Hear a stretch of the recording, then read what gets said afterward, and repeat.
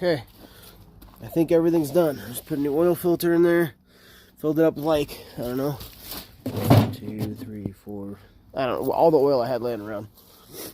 Gas tank's on there. I'm about to throw just a touch of 2-stroke in there to help it stay lubed up as it starts for the first time. Let's see what happens. Alright everybody, let's hope I did this right. I got battery power. Choke, run. Where's the start button on this thing again?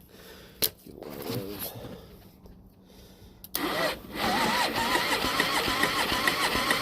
Oh, come on, baby. I know you're... Oh, come on. I know I didn't put the exhaust on. It's drying. Come on. And the battery is dead. Go figure. It doesn't even sound like it wants to fire. Probably did something wrong. There's fuel in this. There's plenty of fuel. Oh, it's just leaking out all over the fucking place.